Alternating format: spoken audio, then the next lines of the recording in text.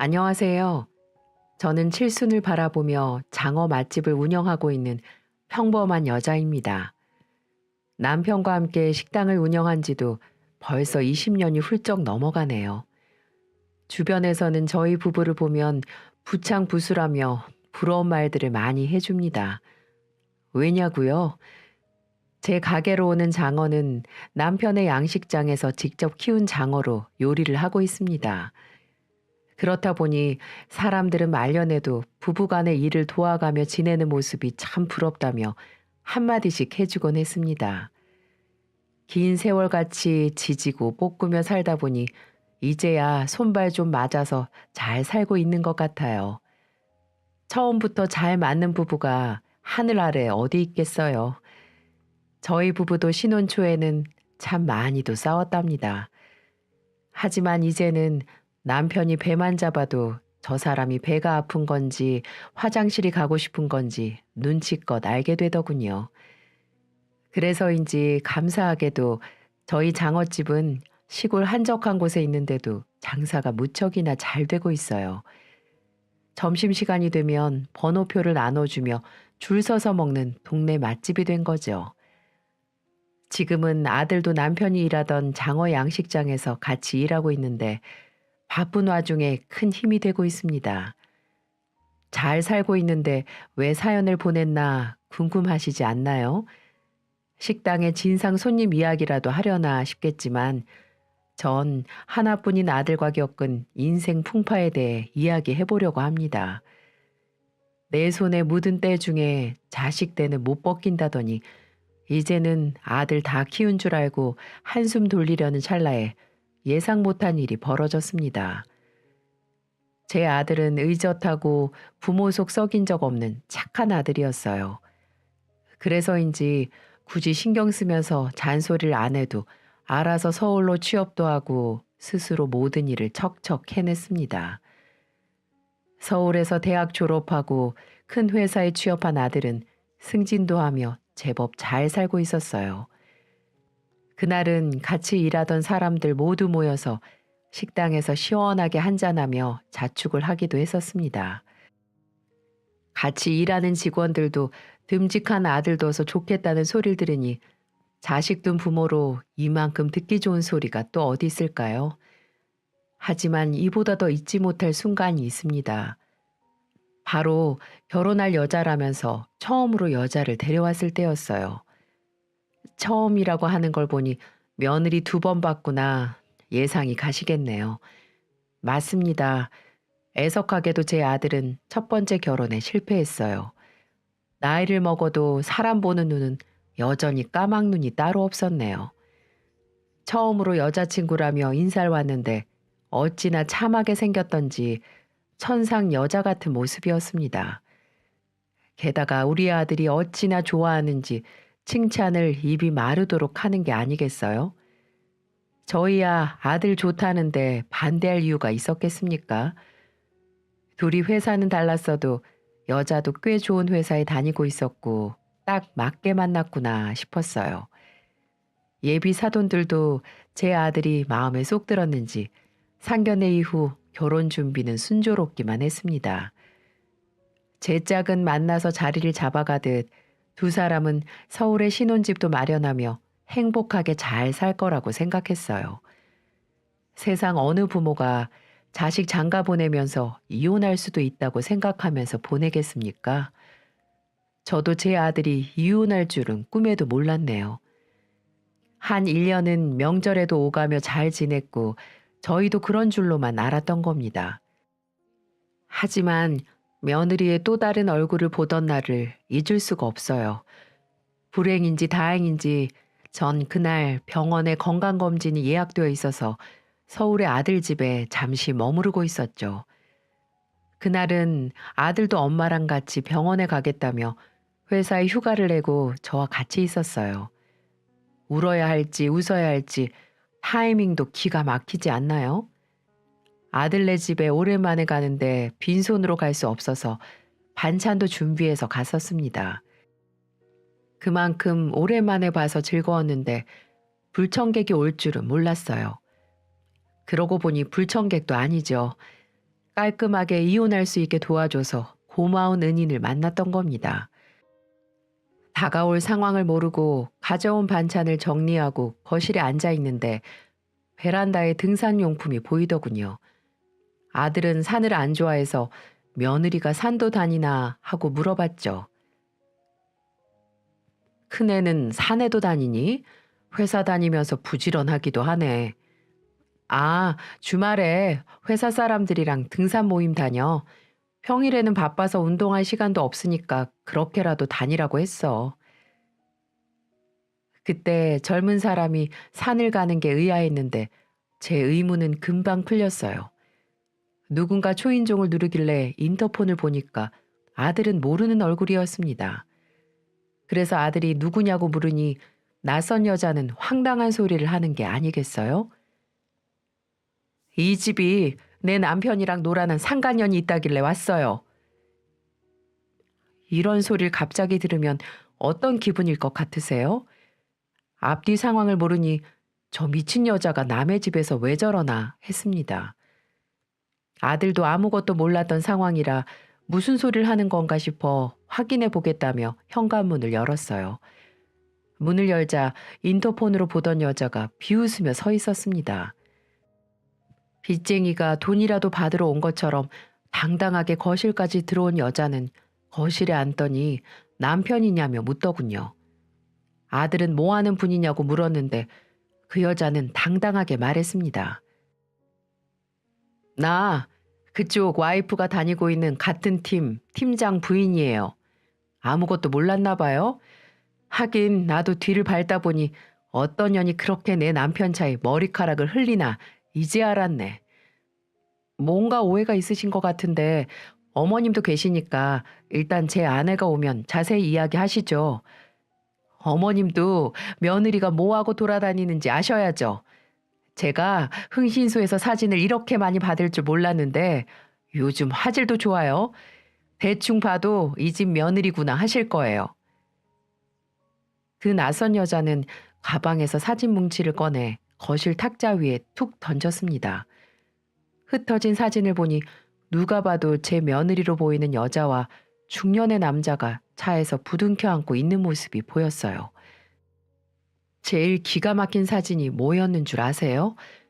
바로 산에서 찍힌 사진이에요.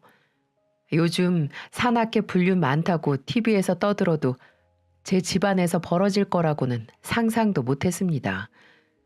저는 구역질이 나올 뻔했어요. 그렇게 참했던 내 며느리가 이런 짓을 하고 다닐 거라고 상상도 못했습니다. 이 상황에 얼굴에 열이 나고 쌍욕이라도 하고 싶었어요. 그 팀장 와이프란 여자는 망연자실한 표정으로 사진을 보고 있는 제 아들을 향해 말했어요. 나 이 집안 사람들이랑 맞짱 뜨자고 온 거 아니에요. 둘이 출퇴근도 같이 하고 주말엔 산으로도 다니면서 놀아나는데 이걸 왜 눈 감아주고 살아요? 그래도 이 집은 애라도 없지. 나는 하루아침에 애까지 안고 이혼 도장 찍게 생겼어요. 아들은 그 많은 사진을 한 장씩 들춰보며 온몸을 부들부들 떨고 있었어요.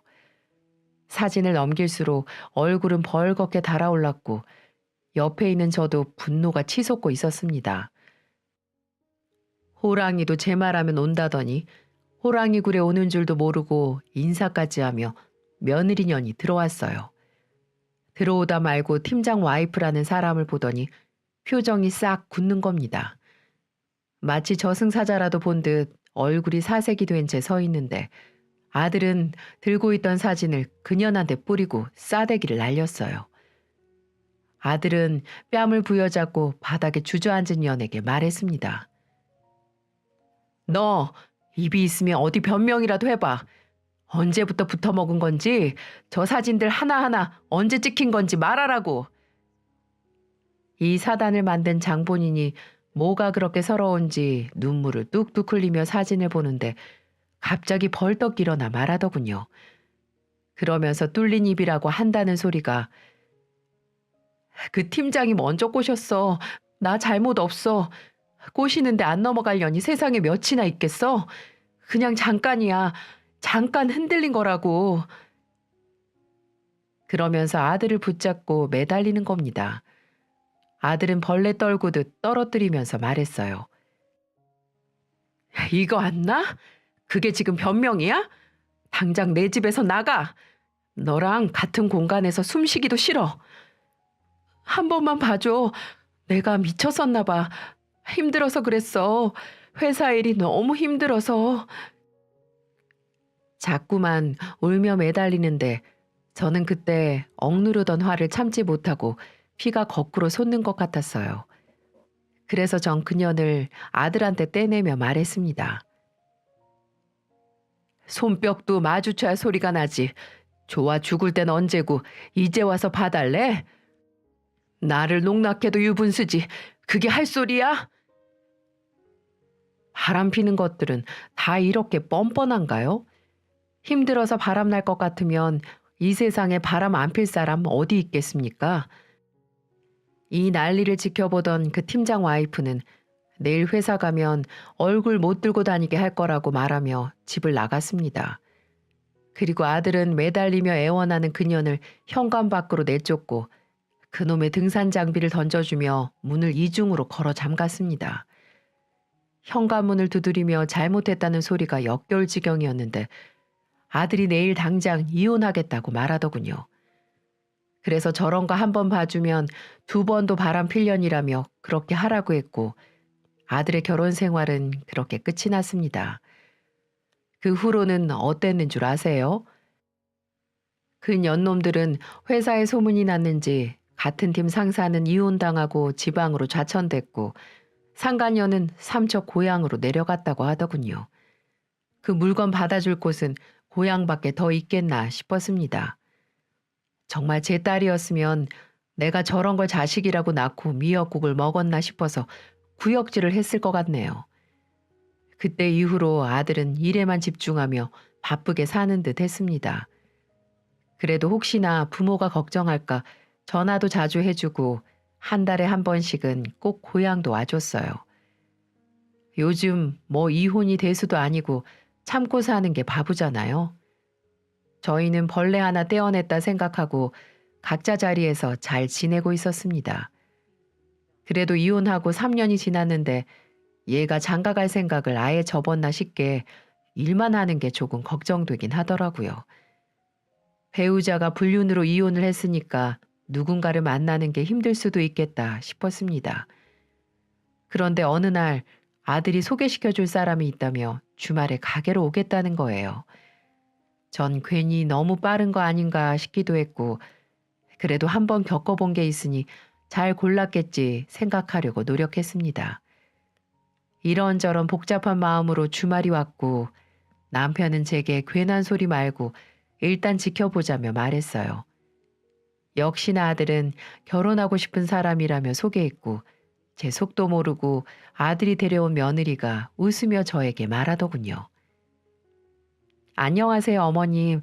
저는 최수진이라고 합니다. 그래요, 반가워요. 우선 이쪽으로 앉아요. 생글생글 웃으며 말하는 모습이 참하고 좋아 보였어요. 하지만 내심 경계되는 마음은 어쩔 수가 없더라고요. 대놓고 반대를 할 수는 없는데 괜히 탐탁지 않았던 것 같아요. 아들의 말을 들어보니 인사 온 여자도 초혼은 아니었고 둘이 비슷한 상황에 있다 보니 이런저런 이야기를 하며 가까워졌다고 했습니다. 그래도 왠지 모를 불안감에 긴가민가 했어요. 저는 대화를 하면서도 시큰둥했고 하룻밤 자고 가겠다는 말에도 그리 기쁘지 않았습니다. 남편도 제 눈치를 봤는지 애써 저녁에 뭘 먹을까 오버스럽게 말하더군요.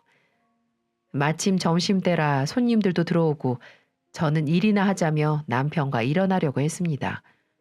그런데 그때 며느리가 벌떡 일어나더니 앞치마를 찾는 게 아니겠어요? 어머님, 제가 할 만한 앞치마 있을까요? 들어오다 보니까 홀서빙 구하시는 것 같은데 제가 주말에 잠깐이라도 일손 도와드릴게요. 제가 대학교 때 식당 서빙 알바하면서 생활비 벌었거든요. 그렇게 말하더니 카운터에 있던 앞치마를 보고는 바로 입으며 주방 이모들에게 인사를 하는 겁니다. 저는 평일 내내 일했는데 나가서 아들이랑 데이트나 하라고 말렸지만 여기 오면서 드라이브 오래 했다며 괜찮다고 손님을 응대했습니다. 홀서빙 알바를 구하던 중이었는데 빨리 구해지질 않아서 애가 타고 있던 와중에 돕겠다고 나서주니까 고맙긴 하더군요. 그날따라 손님이 많아서 힘들었을 텐데 인상 한번 찡그리지 않고 생글생글 부침성 있게 일도 잘했습니다. 아들이랑도 어찌나 죽이 척척 맞던지 주방 이모들도 테이블에 메뉴 나가는 것도 실수도 없이 잘 나갔다며 칭찬할 정도였거든요. 저는 한창 바빴던 시간이 지나 한숨 돌리며 말했습니다. 많이 바빴죠? 오자마자 일을 시켜서 어떡하나. 아니에요, 어머님. 오빠랑 같이 하니까 하나도 안 힘들고 편했어요. 어머님이 힘드실 것 같아요. 주방에서 음식 만들기 바쁘셨죠? 나야 뭐 맨날 하는 일이라 괜찮아요. 내가 장어구이 해줄 테니까 앉아서 기다려요. 유독 바빴던 날이었는데 피곤한 내색 하나 없이 도와줘서 고마워. 저녁이라도 해줘야겠다 싶었어요. 그래서 오랜만에 실력 발휘하며 한상 제대로 차려 먹었고 아들은 뭐가 그렇게 좋은지 며느리들 애 앞에 반찬을 끌어주며 자기 밥은 코로 먹는 것 같았습니다. 그 모습을 본 남편이 말했어요. 우리 아들은 눈이 옆으로 가 있어서 밥은 코로 먹겠어. 남편의 그 말에 모두가 웃었고 호탕하게 웃는 아들을 보니 지난 상처도 다 잊은 듯 했습니다. 사람은 사람으로 있는다고 하잖아요. 부모한테 말은 안 해도 속이 많이 아팠을 텐데 다시 예전처럼 웃고 떠드는 아들을 보니 내심 좋기도 했습니다. 저는 슬슬 일어나라고 말하며 며느리에게 말했어요. 이따 저녁에는 나가서 둘이 데이트해요. 주말인데 쉬지도 못하고 내 마음이 안 좋아서 그래요. 어머님이 말 편하게 해주시면 내일은 안 올게요. 그리고 오늘 날씨가 좋아서 저녁 장사도 엄청 잘 될 것 같은데 제가 오늘만 제대로 도울게요. 가만 생각해보니 저도 모르게 말을 편하게 하지 못했던 것 같아요. 이혼은 아들이 했지만 저도 며느리에게 정 줬다가 당한 게 있으니 마음이 좀처럼 잘 안 열렸던 거죠. 내심 미안한데 하도 고집을 부려서 그냥 편할 대로 하라고 했습니다. 그래서 그날 저녁에 아들은 남편 일을 도우러 양식장으로 가고 며느리는 저를 도우려고 따라 나왔습니다. 정말 저녁에도 손님은 많았어요. 며느리는 그 많은 손님을 번호표에 맞춰가며 자리도 안내하고 아기가 있는 테이블에는 아기 의자, 식기도 미리 다 챙겨 나갔습니다. 원래 있던 홀 이모도 같이 일하기 너무 편했다고 칭찬 일색이었어요. 그런데 저녁이 되니까 가족 단위가 많았고 애들까지 있어서 정신을 쏙 빼놓고 있었습니다. 며느리는 뛰는 아이들 잘 신경 써달라며 부모에게 말했는데 술을 몇 잔 마셨는지 말이 잘 안 통하는 것 같았어요. 그러다 결국 사고가 터졌고 홀 이모랑 부딪히는 바람에 아이가 바닥에 넘어져서 대성통곡을 하고 있던 겁니다. 전 놀라서 홀로 나가봤는데 애는 울고 있고 이모 팔은 뜨거운 국을 쏟았는지 팔이 빨갛게 부어 있었어요.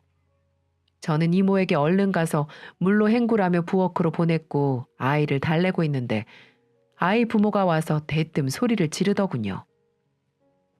아줌마, 우리 애 넘어진 거 안 보여요? 저 사람을 저렇게 보내버리면 어떡합니까? 손님, 진정하시고요. 제가 봤는데 아이가 뛰어가다가 이모님이랑 부딪힌 거예요. 따지고 보면 아이 잘못이고요.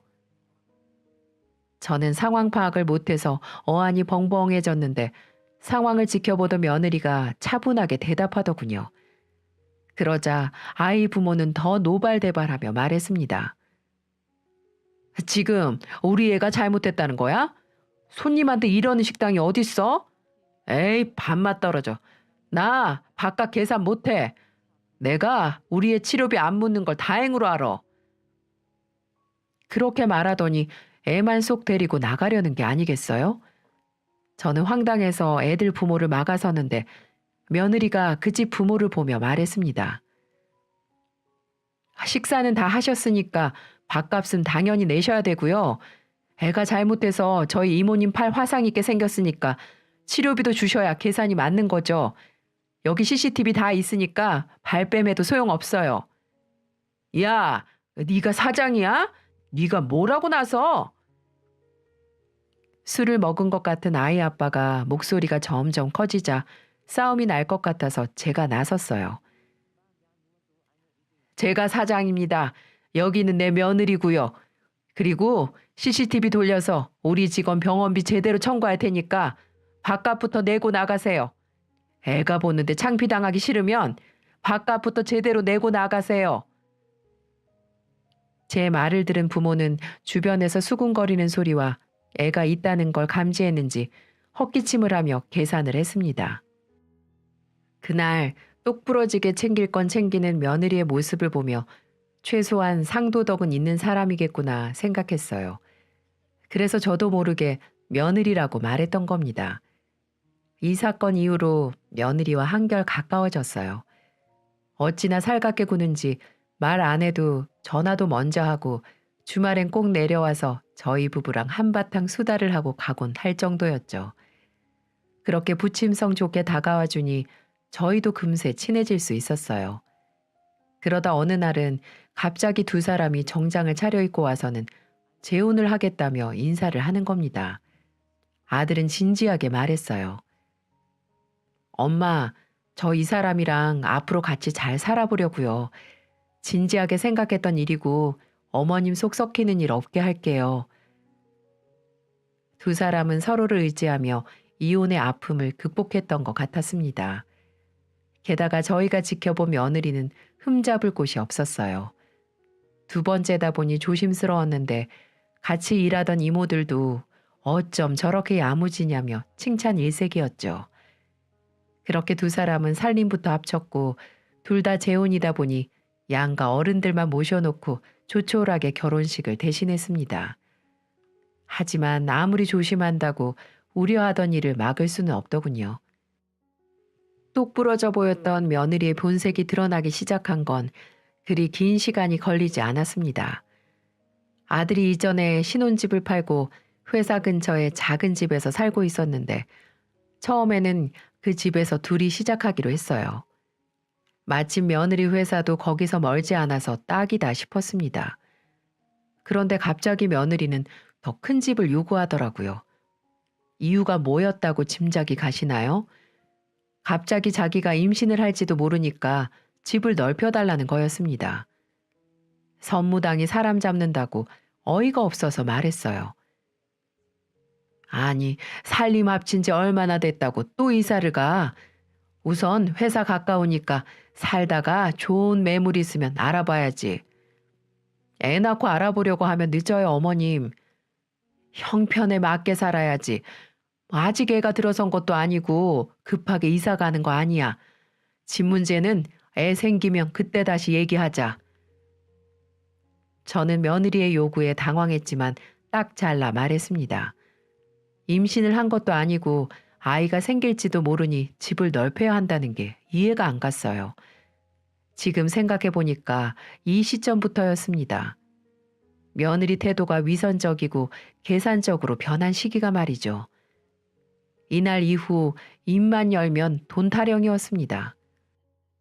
그래도 집이 좁아서 그런 건가 싶어 남편과 아들네 집을 보러 가기도 했어요. 당장 해줄 건 아니지만 그래도 뭔가 불편한 게 있으니까 말했나 싶었습니다. 그런데 막상 들어가 보니 둘이 살기에 딱 좋은 크기였어요. 그래서 괜한 투정을 부렸구나 생각하며 아들 부부랑 거실에 둘러앉았는데 며느리 표정이 영 안 좋았습니다. 걱정스러운 마음에 남편이 묻더군요. 아가, 너 무슨 일 있니? 아까 보니까 밥도 잘 못 먹던데. 사실 저희 친정엄마가 몸이 안 좋아서 지금도 병원에 계세요. 갑자기? 무슨 일인데 그래? 남편은 깜짝 놀라서 물었고 눈치를 보니 아들도 몰랐었던 것 같았어요. 며느리 이야기를 들어보니까 친정엄마가 유방암이 의심돼서 치료를 받아야 한다고 하는 겁니다. 저는 걱정스러운 마음에 걱정이 많겠다며 당분간 어머니 간병 잘 해드리라고 말했어요. 그랬더니 며느리는 기다렸다는 듯이 어머님 죄송한데요. 저 3천만 원만 빌려주세요. 이렇게 말하며 우는 겁니다. 돈 3천이 없어서 병원에서 쫓겨나게 생겼다는 거예요. 그래서 저는 우리도 돈 쌓아두고 사는 건 아니니까 통장을 확인해 봐야 되니까 조금만 기다려 달라고 했습니다. 왠지 모를 찝찝한 마음과 무거운 마음으로 다시 고향으로 내려온 저희 부부는 다음 날 은행에 가서 적금을 확인해 보자고 했어요. 그런데 다음 날 아들에게서 다급한 전화가 왔습니다. 너무 다급한 목소리로 말하길래 식당 밖으로 나와서 받았는데 아들이 한 말을 듣고 전 넋이 나가버렸어요. 아들이 말하기를 이랬어요.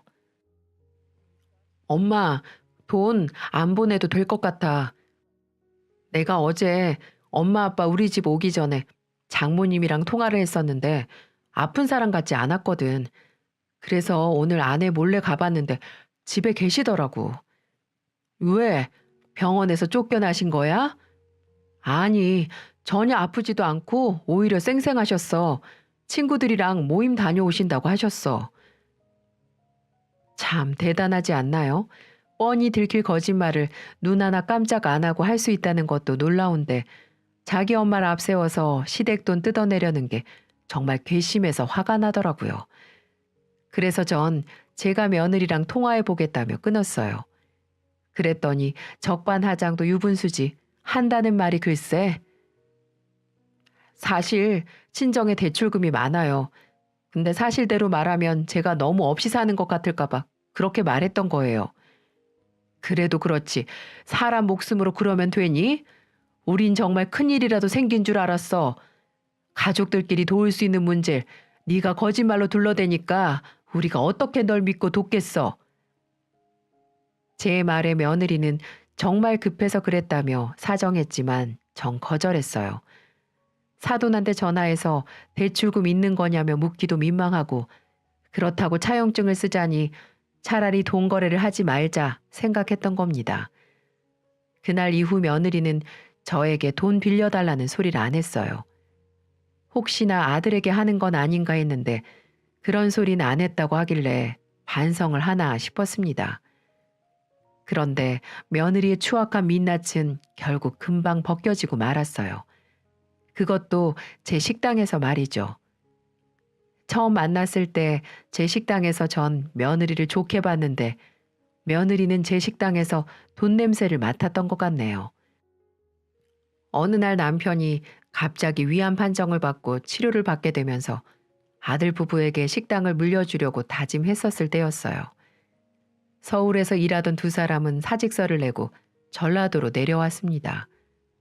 처음에는 좋았어요. 아들 부부도 서울에 있다가 지방으로 내려오니까 한적하고 공기도 좋다며 잘 적응하나 싶었습니다. 며느리도 처음엔 점심 장사 준비에 맞춰 일찍 나왔고 한 일주일 정도는 잘 배우더군요. 싹수도 노란 게 고작 일주일하고는 본색이 드러났습니다. 고작 일주일 만에 들킬 걸 왜 내려왔나 싶지 않으신가요? 처음에는 아프다며 전화만 하고 안 나오더니 그 다음부터는 아예 연락도 없더군요. 그래서 그날은 아들네 집으로 쫓아갔습니다.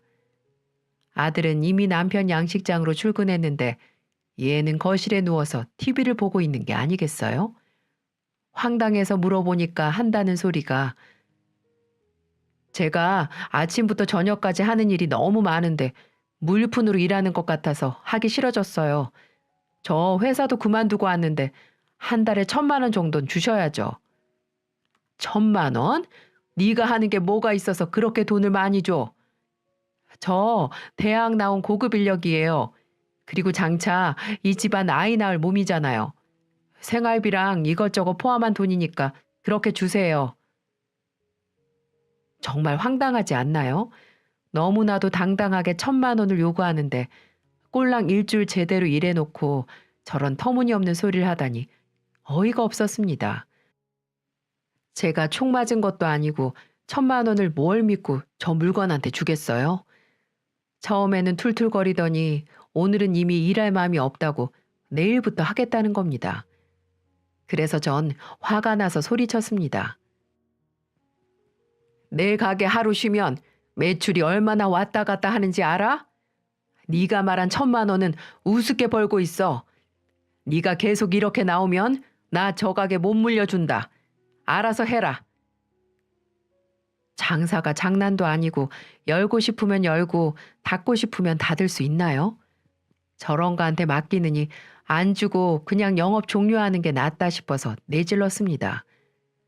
아들도 아내랑 저랑 있던 일을 들었는지 내일부터는 잘 나갈 거라며 죄송하다고 했어요. 아들한테도 장사가 장난도 아니고 제대로 마음먹고 나오라고 세게 못 박으며 말했습니다. 괜히 아들한테까지 한 소리 했더니 제 마음만 불편하더군요. 결국 다음날 뾰루퉁한 얼굴로 나와서 재료 준비를 하고 점심 장사를 기다리고 있었습니다. 그때 TV에 전원주택 이야기가 나오는데 너무 예쁘더군요. 그래서 저도 모르게 장사 접고 나면 남편이랑 한적한 곳에 주택 짓고 살고 싶다고 말했는데 며느리가 눈을 반짝이는 게 아니겠습니까? 그리고 마치 크게 한 건 잡았다는 듯이 말했어요. 어머님, 정말 잘 생각하셨어요. 안 그래도 저도 저희 엄마 주택으로 모셔드리고 싶더라니까요. 아버님 건강도 생각하셔야 하니까 공기 좋은 곳으로 가셔야죠. 그래서 말인데 이 근처는 푼돈으로도 쉽게 구할 텐데 저 2억만 해주시면 안 돼요? 2억? 너 한동안 잠잠하다 했더니 너 왜 그렇게 돈 타령이야? 저희 친정엄마도 요새 층간소음 때문에 힘들어하기도 하고 나이도 많으신데 주택으로 모시면 좋잖아요. 여기 장사도 잘 된다면서요. 2억만 빌려주시면 제가 갚을게요. 이게 며느리와 시어머니의 대화라는 게 여러분 믿겨지시나요? 당당히 돈을 요구하는 꼴을 보니 돈 냄새 맡고 달려온 하이에나 같았다니까요. 전 듣자 하니 너무 황당해서 말했습니다. 넌 왜 자꾸 친정 문제를 우리랑 해결하려고 하니? 가족이라도 선이 있는 건데 그런 건 네가 개인적으로 해드릴 문제야. 어머님, 제가 여기서 손주도 낳고 살면 친정엄마한테 제대로 신경도 못 쓸 텐데 어머님이 그 정도는 도와주실 수도 있잖아요. 제가 뭐 안 갖겠다는 것도 아니고. 너 아주 막 나가는구나. 손주 누가 낳아달래? 그리고 낳아서 키우면 키우는 거지. 누가 요즘 대를 다진다고 생기지도 않은 애를 들먹여. 저는 손주 낳아주겠다며 아이를 볼모로 자꾸 말하는 꼴을 더 이상 참을 수가 없어서 말했어요. 세상에 어느 엄마가 자기 새끼를 볼모로 돈을 요구하나요? 저는 더 이상 며느리와 말하고 싶지 않아 네 돈 필요 없으니 식당에서 나가라고 했고 잘못했다는 며느리를 매몰차게 쫓아냈습니다. 더 이상 며느리 같지도 않더군요. 또 어디서 잘못된 건가 한탄스러웠는데 그날 저녁 아들과 같이 며느리가 찾아왔습니다. 며느리는 본 척도 안 하고 집으로 가지 뭐하러 왔냐고 말했어요. 그러자 아들이 며느리를 툭 쳤고 며느리는 그제야 짧은 한숨을 쉬더니 입을 열었습니다. 어머님, 제가 생각이 짧았어요. 너무 편하게 대해주셔서 제가 너무 생각 없이 말했던 것 같아요. 죄송해요. 내가 요즘 너한테 실망이 이만저만이 아니야. 내가 너랑 이런 마음으로 계속 같이 일할 수 있겠어? 정말 죄송해요. 다신 안 그럴게요. 어머님이 저를 딸처럼 편하게 해주셔서 제가 막 나갔나 봐요. 제가 앞으로 정말 친딸처럼 어머님한테 잘할게요. 죄송해요. 아들은 이 사람도 반성하고 있다고 말하는데 그 꼴을 보고 더 말하고 싶지 않아서 저는 다 풀리지도 않은 마음을 애써 다독였어요. 아들이 아빠에게 일 배우겠다며 누구보다 더 열심히 일하고 있는데 분란을 만들고 싶지 않았습니다. 그래서 제가 눈 한 번 딱 감고 한 번 더 참을 인을 그리고 있었어요. 자식 이기는 부모 없다고 저는 또 그렇게 아들한테 모르는 척 져줬어요. 하지만 다음날 식당으로 나온 며느리는 정말 사고를 제대로 쳐버렸고 그날 이후 식당 근처는 나오지도 못하게 됐습니다. 그날은 웬일로 제일 먼저 나와서 열심히 준비를 하는 겁니다. 드디어 정신 차렸구나 싶어서 그날은 장사에만 전념하며 오랜만에 최고 매출을 찍었던 날이었어요. 장사를 마치고 같이 일하던 직원들에게 피자도 시켜주고 맥주도 꺼내줬고 전 그날 매출 정산을 하고 있었네요. 카운터에서 정산을 하는데 현금이 안 맞는 겁니다. 아무리 해봐도 포스기에 찍힌 금액이랑 달랐고 은행에 가져가려고 금고에 넣어뒀던 현금도 없더군요. 정말 혹시나 하는 마음으로 CCTV를 돌려봤는데 역시나 범인은 며느리였습니다. 저는 속으로 너 이럴 줄 알았다 싶었죠. 어쩐지 일을 하다 말고도 계산은 자기가 하겠다며 기를 쓰고 갔었습니다. 게다가 손님이 나가면 계산이 왜 그렇게 오래 걸렸나 보니까 현금으로 계산하면 할인해준다며 돈을 본인 계좌로 받기도 하고 아예 카드 대신 현금을 받았던 거예요. 전 다른 직원들 체면이고 뭐고 테이블로 가서 며느리가 먹던 숟가락을 뺏었습니다. 그리고 며느리에게 말했어요. 너 지금 이게 넘어가? 돈 다 뒤로 빼돌리고 뭘 잘했다고 내 식당에서 밥을 먹어? 어머님, 그게 무슨 말씀이세요? 저 아니에요. 내가 다 봤어. 우리 가게 CCTV 네가 모르는 곳에도 많아. 그러면서 핸드폰으로 영상을 들이밀자 의자에서 내려와 무릎을 꿇더군요. 주방 이모도 놀랐는지 왜 그랬냐며 다그쳤고 다른 이모들도 기가 막힌 상황에 먹는 것도 멈추고 다 지켜봤어요. 그 상황에도 그녀는 터진 입이라고 거짓말을 늘어놓았습니다. 손님들이 계속 밥값이 비싸다고 하길래 제가 현금으로 하면 할인해드리겠다고 서비스 차원에서 했던 말이에요. 어차피 저 물려주신다면서요. 그래서 지금부터 고객 관리한 거예요. 어머님, 정말 오해세요. 고객 관리를 뒷돈 빼면서 해?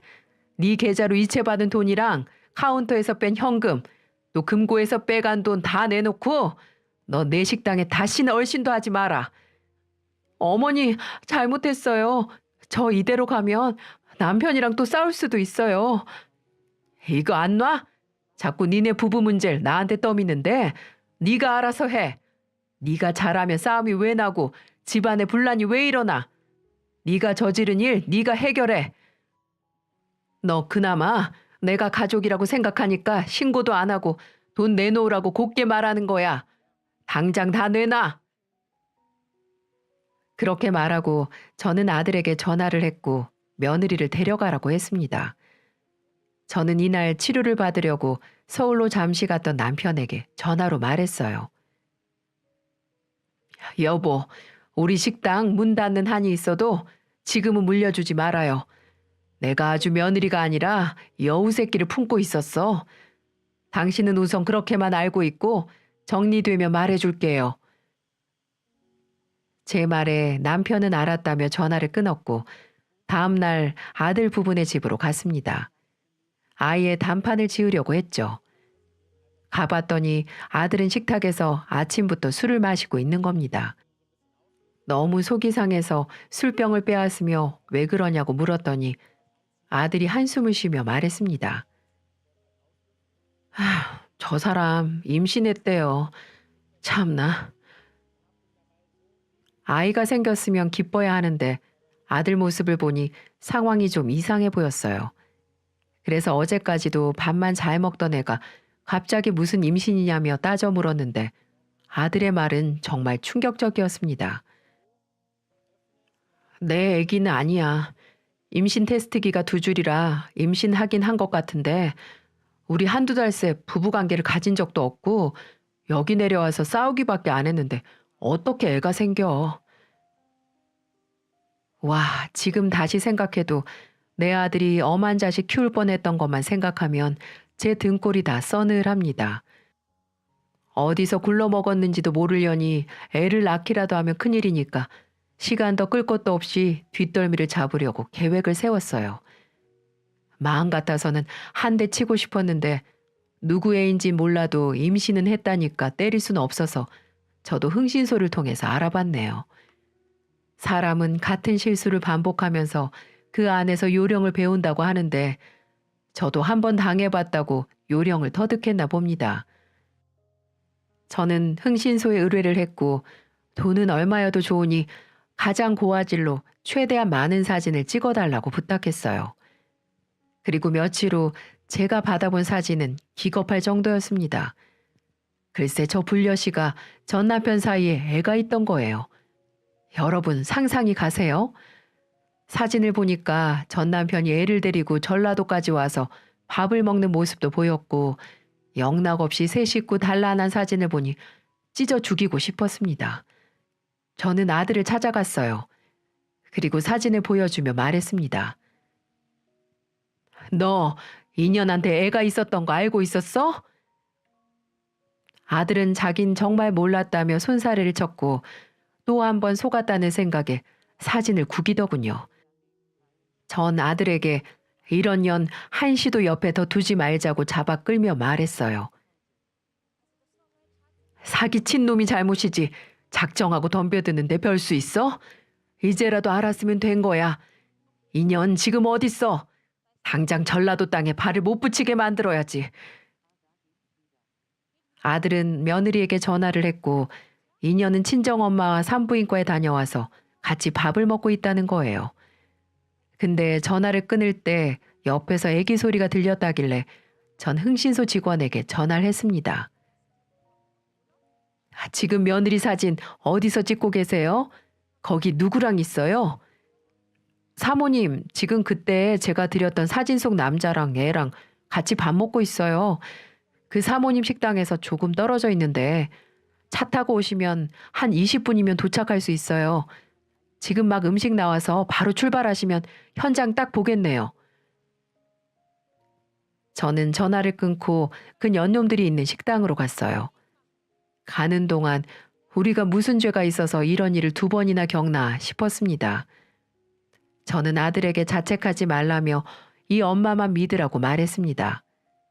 사기꾼 앞에 장사 없다지만 저도 장사로 먹고 산 세월이 있는데 쉽게 당하겠어요? 현장에 가보니까 정말 눈물겹게 다정한 한 가족 같더군요. 그때 유치원생쯤 돼 보이는 애가 자리에서 벌떡 일어나 식당을 뛰어다녔고 전 그 앞을 가로막아 섰습니다. 꼬마는 저랑 부딪히자 자지러지게 울었고 애 울음소리에 며느리년이 뒤를 돌아보고 저를 보고는 귀신을 본 것처럼 놀라더군요. 저는 며느리에게 말했어요. 애들 관리 똑바로 해야지. 이러다가 다치면 내 치료비까지 해줄 돈은 있니? 제 말에 며느리는 말을 더듬었고 저는 말을 끊고 말했어요. 네가 왜 그렇게 돈 타령을 했나 싶어서 내가 알아봤더니 양육비를 보내고 있었다며? 내가 너 이상하다 했어. 또 어디 거짓말 해봐. 증거 다 있는데 무슨 말을 하나 드러나 보게.